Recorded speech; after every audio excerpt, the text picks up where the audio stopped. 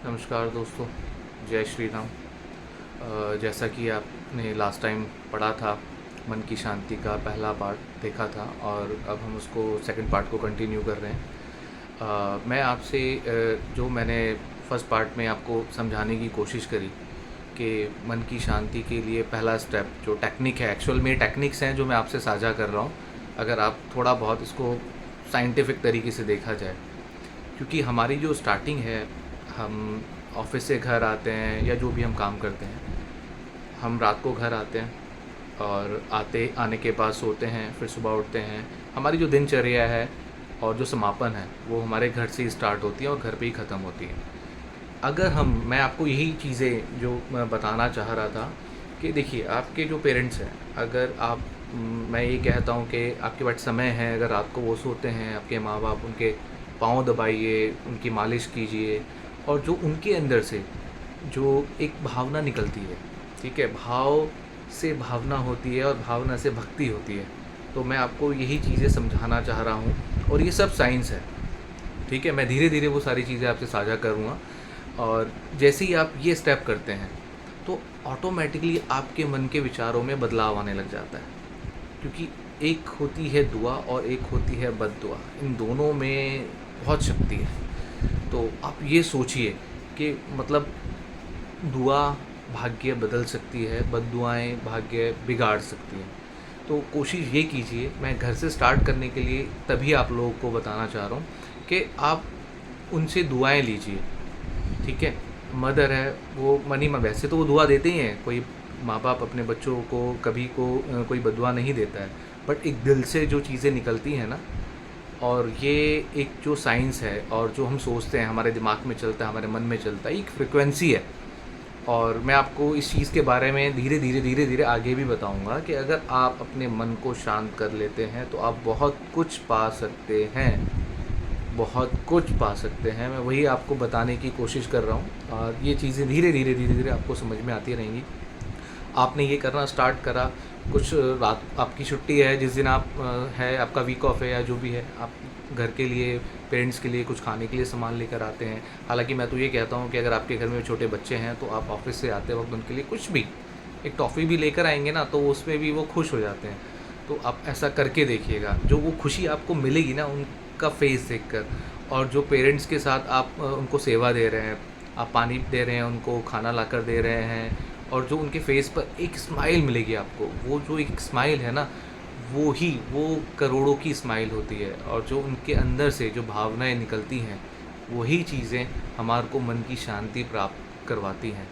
अब ये हो गया। कुछ लोगों को लगता है कि नहीं, अब वाइफ़ है, आप कोशिश करके देखिए, ये मुश्किल नहीं है। मैं आपको सत्य बता रहा हूँ, ये मुश्किल नहीं है बिल्कुल भी। अगर आपकी वाइफ़ है, देखिए, आपकी, मैंने जैसा कि आपको फर्स्ट पार्ट में बताया था कि ये आपका भाग्य है जो आपको मिला है। जैसे कि मैंने बताया था आपको लास्ट टाइम कि देखिए, मैंने लास्ट टाइम भी बताया था कि मैं वैदिक एस्ट्रोलॉजी पढ़ रहा हूँ पिछले 7 साल से। और जो हमारी जन्म कुंडली होती है उसके 12 भाव होते हैं और उसके अंदर ही ये सारी चीज़ें होती हैं। अब जिस वक्त हम पैदा होते हैं और उस टाइम का जो गोचर होता है, एक्चुअल में वो हमारी जन्म कुंडली बनती है कि हम लोग पैदा हुए उस टाइम का गोचर। जैसे आज जो गोचर, जो समय चल रहा है, अगर आज जो भी बच्चे पैदा होते हैं वो उनका गोचर होता है, और जो पैदा होते हैं तो उनकी जन्म कुंडली बन जाती है। तो सेम चीज़ है, जब हम पैदा होते हैं तो वो हमारी जन्म कुंडली बन जाती है। उसी में हमारे 12 भाव के अंदर जो हमारे ऋषि पराशद हैं, उन्होंने हमें 12 भावों के अंदर दिया हुआ है। मैं वैदिक एस्ट्रोलॉजी के अंदर मैंने 3-4 बुक्स पढ़ी हैं और जो मैं फॉलो करता हूँ उनको, मैं आपको वही बताना चाह रहा हूँ कि फर्स्ट हाउस जो होता है वो हमारे खुद का हाउस होता है, उसके अपोजिट जो हाउस होता है वो हमारे वाइफ का होता है, हमारी पत्नी का होता है, ठीक है। चतुर्थ भाव जो होता है वो हमारी मदर का होता है। 10th हाउस जो होता है वो हमारे पिताजी का होता है। तो मैं आपको वही बताने की कोशिश कर रहा हूँ कि सब कुछ उसी के अंदर होता है, जिससे हम इन सब चीज़ों को समझ सकते हैं। बट मैं आपको जो समझाना चाह रहा हूँ कि अगर आप अपने मन के अंदर, ये शांति आपको तभी प्राप्त होगी, और अगर ये मन की शांति प्राप्त होने के बाद जो एक्सपीरियंस आप करोगे ना, आप उन एक्सपीरियंस के बारे में सोचना। अगर आप ये सोचते हैं तो उसके बाद आपको गुस्सा नहीं आएगा, और अगर आपको गुस्सा आना ख़त्म हो जाता है तो आप उस दिन समझ लीजिएगा कि आपको मन की शांति मिलने लग गई। और ये तभी हो पाएगा जो मैंने आपको बताया, सेवा दीजिए पेरेंट्स को, सेवा दीजिए और भगवान का हर वक्त धन्यवाद अदा कीजिए। मैं आपको ये जो बात बताना चाह रहा हूँ कि हमें माँ बाप मिले, भगवान का धन्यवाद अदा कीजिए, हमें वाइफ मिली, भगवान का धन्यवाद अदा कीजिए, हमें बच्चे मिले, भगवान का धन्यवाद अदा कीजिए।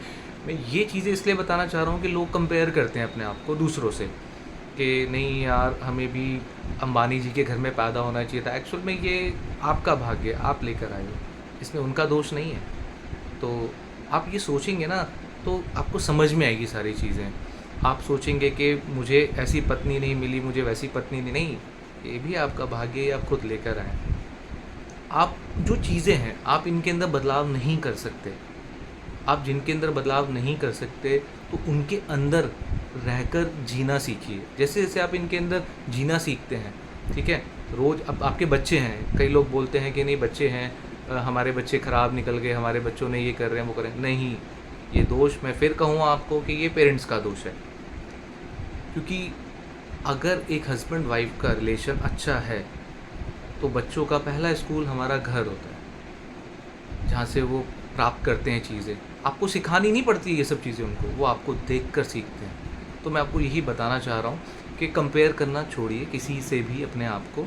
जो भी परमात्मा ने आपको दिया है उसका धन्यवाद अदा कीजिए। आपको 2 वक्त की रोटी मिलती है। अगर आप ये वीडियो देख रहे हैं तो इसका मतलब आपको भगवान ने एक मोबाइल फ़ोन भी दे रखा होगा जो आप ये वीडियो देख पा रहे हैं। तो मैं आपको वही कहता हूँ कि हर एक चीज़ के लिए भगवान का धन्यवाद अदा कीजिए। और जैसे जैसे जैसे जैसे आप इन सब चीज़ों को फॉलो करने लग जाते हैं कि पत्नी से सम्मान देते हैं, प्रेम से बातें करते हैं, आप रात को आते हैं कुछ उनके लिए भी लेकर आइए। वो एक अगर खाना बनाती हैं तो खाने के अंदर कभी भी मेरी शादी को भी 15 साल हो गए, मैंने आज तक ना माँ के खाने में कभी कोई कमी निकाली है, ना बहनों ने मुझे बना कर दिया है, मैंने कभी कोई कमी नहीं निकाली है। और मेरी पत्नी आज की डेट में मुझे खाना बना कर देती है, मैं कोई कमी नहीं। अगर वो गलती से नमक डालना भी भूल गई सब्ज़ी के अंदर तो मैं उनको कभी पलट के फ़ोन नहीं करता कि आपने सब्ज़ी में नमक नहीं डाला है। उनका आप खुद सोचिए ना कि उनका फ़ोन आएगा कि आज तो भाई मैंने सब्ज़ी में नमक नहीं डाला था और आपने कैसे खा ली। सोचिए उसको चिंता होगी इस चीज़ की। आप सोचिए आपको कितनी खुशी होगी कि आपको आपकी चिंता करने वाले लोग हैं। आप सोचिए कि कोई केयर करेगा आपकी, केयर करता है आपकी। मैं बस आपको यही सब बताने की कोशिश कर रहा हूँ कि धीरे धीरे जैसे जैसे आप ये करते रहेंगे तो उसके बाद आप धन्यवाद अदा कीजिए, सेवा कीजिए जो आपसे मांग रहे हैं घर वाले। एक्चुअल में धीरे धीरे जब ये आपके अंदर बदलाव आने लग जाएंगे, आप शांत रहने लगेंगे, उसके बाद आप देखते हैं कि लोगों को गुस्सा आता है, लोग इरिटेट होते हैं किसी चीज़ के ऊपर, फिर वो फ्रस्ट्रेशन निकालते हैं अपनी। तो आप ये सोचिए कि अगर आप चीज़ों को, अब जो मैं आपको बताना चाह रहा हूँ कि आपको लगता है कुछ ऐसा कि नहीं यार ऐसा, अब छोड़िए, जाने दीजिए। आप ये सोचिए कि नहीं यार कोई बात नहीं, ये मेरे भाग्य ने दिया था और ये मेरा प्रारब्ध है। क्योंकि जो भाग्य ने दिया है आपको, अच्छा बुरा वो सब आपका भाग्य है और ये हम ही लेकर आए हैं जो हम कर रहे हैं।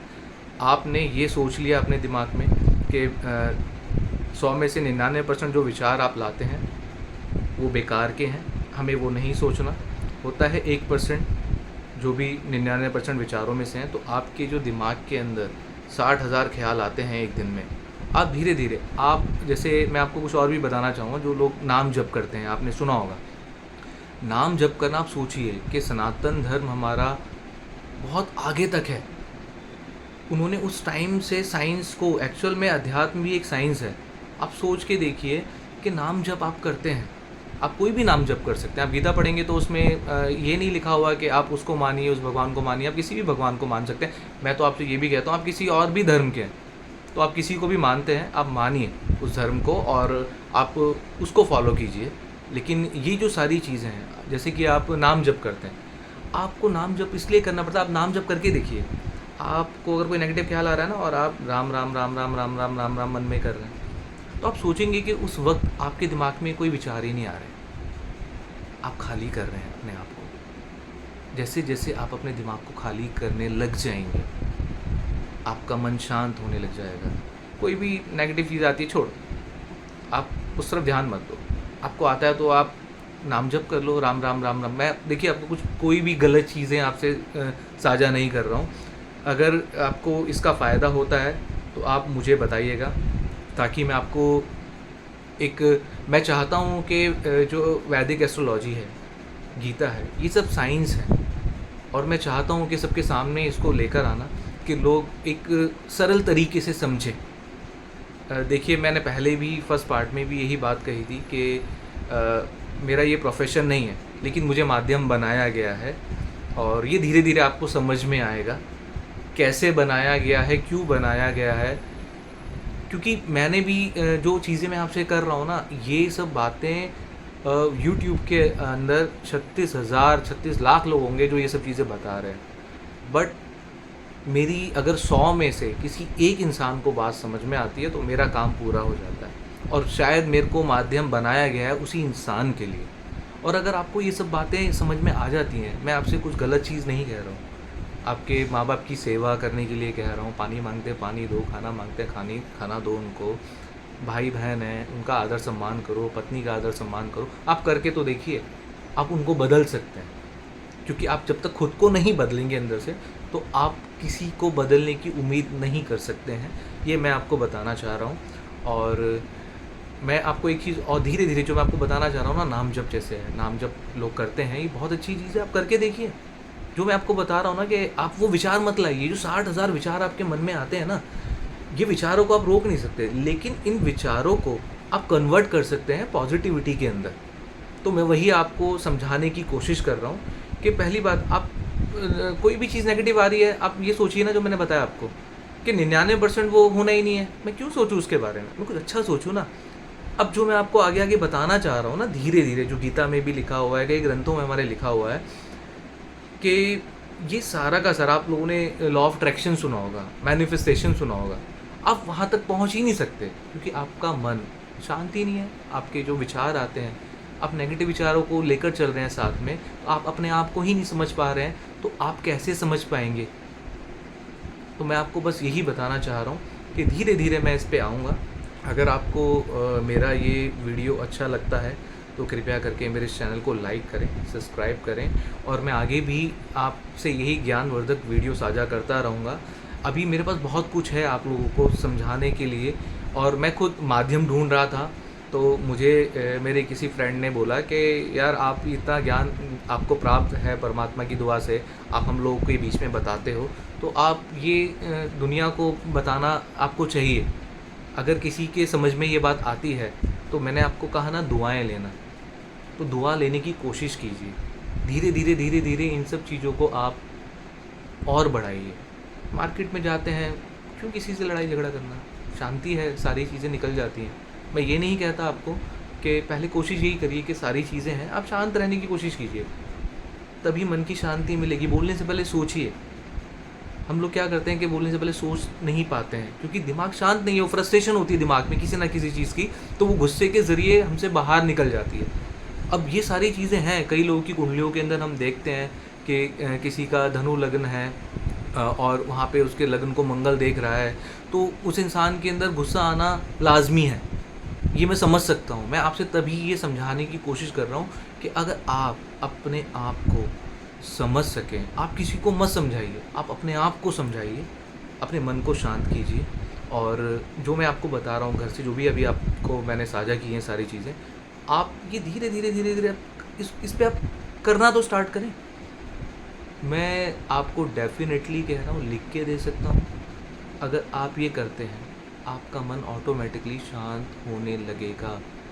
मैं खुद इस चीज़ को फॉलो कर रहा हूँ, करता हूँ, आगे भी करता रहूँगा, और मैं आपसे भी यही विनती रखता हूँ कि आप भी इस चीज़ को फॉलो करें। क्योंकि अगर देखिए, आपके घर के अंदर चीज़ें अच्छी होंगी तो किसको अच्छा नहीं लगेगा। आपका व्यवहार आपके माता पिता के प्रति अगर बदलता है तो उनको और क्या चाहिए। आपका व्यवहार आपके भाई बहनों के प्रति बदलता है, उनको और क्या चाहिए। आपका व्यवहार आपकी पत्नी के प्रति बदलता है तो उसको क्या चाहिए। आप अपने व्यवहार से, अपने आप से आप बहुत कुछ चीज़ें बदल सकते हैं। बस मैं यही आपको बताना चाह रहा था। आप ये पहला स्टेप फॉलो कीजिए, और मैं जल्दी आपसे मिलूँगा अपनी नई वीडियो के साथ। बहुत बहुत धन्यवाद आपका। जय श्री राम।